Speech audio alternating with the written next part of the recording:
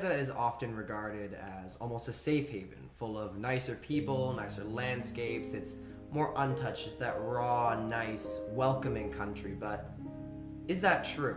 Canada has the same problems and similar ones as well. When we look back, Canada isn't talked about that much, and if it is, it's talked about almost in a positive light. Yet, Canada has its problems as well, and they're actually just as big. Why don't we learn about them that much? Even today, Canada is shown as the nicer place. Even on their $10 bill, on the back, they even list one of the Charter Rights of Freedoms, Section 15, that states, "Every individual is equal before and under the law, and has the right to the equal protection and equal benefit of the law without discrimination." Is that true in history? Not even close. Canada actually has its own deep racist history, with things like the Chinese head tax, assimilation and violence towards First Nations, and even a few branches of the KKK. In many ways, Canada was and still is just as bad in America. When America had things like segregated black and white schools and neighborhoods, Canada is well known for their residential schools.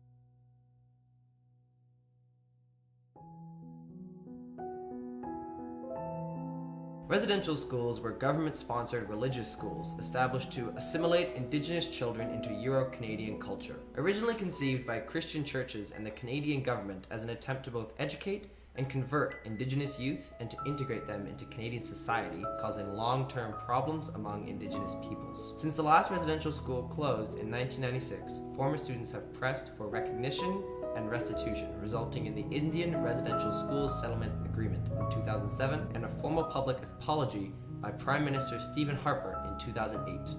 Mr. Speaker, I stand before you today to offer an apology to former students of Indian residential schools. In total, an estimated 150,000 First Nations, Inuit, and Métis children attended residential schools. 1996 wasn't that long ago, just a little over 20 years. That shows how recent these problems in Canada were. And that's not where the comparisons stop. Where America had anti-black propaganda and violent racism towards African Americans and a deep history of that, Canada had anti-Asiatic laws and racism or mistreatment towards Chinese workers.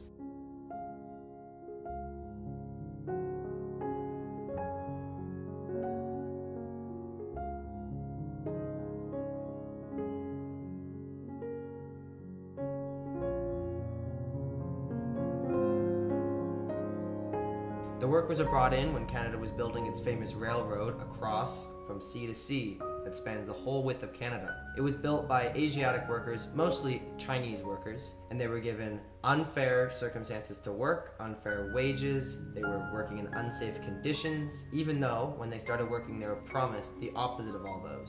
They promised ample wages, but they got more segregation. But perhaps the most jarring thing about the racism towards Chinese people in Canada was the Chinese head tax. The Chinese head tax was levied on Chinese immigration to Canada between 1885 and 1923.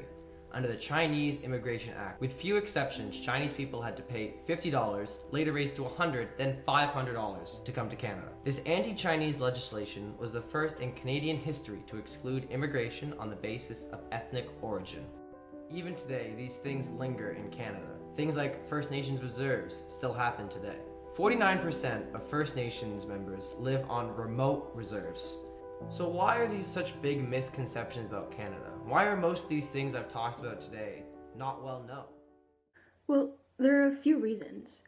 One major one is that, while Canada is in no way immune to corrupt or racist politicians, especially on the historical side of things, we definitely have had some politicians, and particularly prime ministers, who have been good at keeping up appearances and, at the very least, making it seem like they really support social justice initiatives.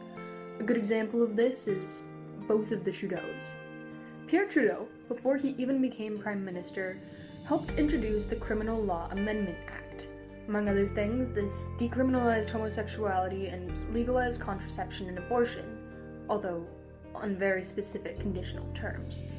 He later implemented the Canadian Charter of Rights and Freedoms, which laid out a lot of basic human rights, and is actually the source of the quote on the $10 bill about equality. However, Pierre Trudeau wasn't necessarily always socially just.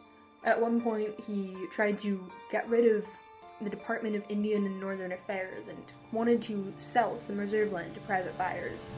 However, there was backlash against this from activists, and he dropped the whole thing. Pierre Trudeau's son, Justin Trudeau, is currently Prime Minister.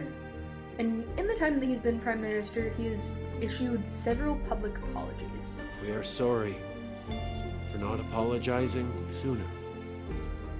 For instance, he's apologized for residential schools. However, many people, including, interestingly enough, Pierre Trudeau, fault the method of government apology for historical events because it's honestly not really doing anything to support the hurt community and is doing more for government appearances than to actually further social justice. Another reason that people have these misconceptions is that they really just know more about American history, or their own history, than Canadian history. Now, despite not being American, we actually learn a lot about American history in school, sometimes more so than about Canadian history, which is why Canada is known for its role in things like the Underground Railroad or housing American draft dodgers during the World Wars. It's not that Canada didn't have its own problems at the time, it's just that the things that we hear about are how it compares to America. A third reason why people have these misconceptions is because Canada is just known for being polite, kind. This stereotype can lead people to believe that we don't have as many problems or that people aren't as likely to be racist. And it makes it a lot easier to ignore racism or other types of discrimination when they do happen. Today we have groups fighting to challenge these misconceptions and change what's going on. I'm here because I have been guided here by something that means more to us and more to me than anything in this world. To bring Canada's ugly past over the shiny place we all love and really show the struggle that this country has gone through and the people who had to stand up to try and change it. This is all to educate people so they realize, and even today, Canada isn't such a safe place after all. These people are fighting for knowledge across all peoples of all the world so they can understand Canada's issues.